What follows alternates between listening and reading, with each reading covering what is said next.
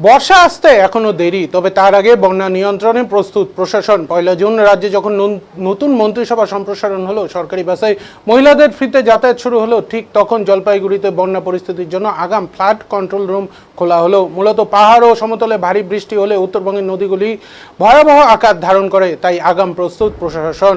এদিন সেচ দপ্তরের উত্তর পূর্ব বিভাগের চিফ ইঞ্জিনিয়ার কৃষ্ণেন্দু ভৌমিক বলেন, সোমবার থেকে ফ্লাড কন্ট্রোল রুম চালু হলো।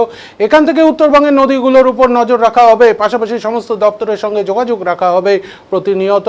আমাদের এখানকার report, central flood control room যেটা কলকাতায় রয়েছে সেখানে পাঠানো হবে।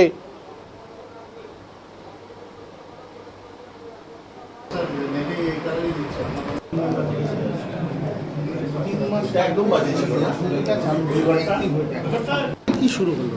আজকে থেকে কন্ট্রোল রুম আমাদের ফুল প্লেজে শুরু হয়ে গেল, অর্থাৎ 24 ঘন্টা প্যানিং করব। আমরা জেলা প্রশাসনের সঙ্গে নিবিড় যোগাযোগ রাখবো। আমরা NHPC, government of Sikkim, CWC, IMD ইত্যাদি থেকে ডাটাগুলো নেব, আমরা নিজেরা পর্যালোচনা করব। এবং সেন্ট্রাল ফ্লাড কন্ট্রোল রুম আছে আমাদের কলকাতাতে, সেখানে আমরা পাঠাই এগুলো সবাই মিলে আমরা তিস্তা ব্যারেজ এবং প্রয়োজনীয় ব্যবস্থা নিই। তিস্তা ব্যারেজের উপরে তো ব্যবস্থা থাকে, নজর থাকছে আপনাদের। ব্যারেজের জল ছাড়ে ব্যারেজের একটা ডিসপ্লে তো এখানে আছে, ব্যারেজের ডিসচার্জ যেটা আছে না? না, এটা স্ক্যানার এটা না তিস্তা ব্যারেজটা স্যার আমরা টাইম এবং তো একটু দেরিতেই আসবে মনে হচ্ছে, প্রচন্ড গরমের মধ্যে একটা সেচ দপ্তর এগুলো প্রেডিকশন কি শুরু হলো?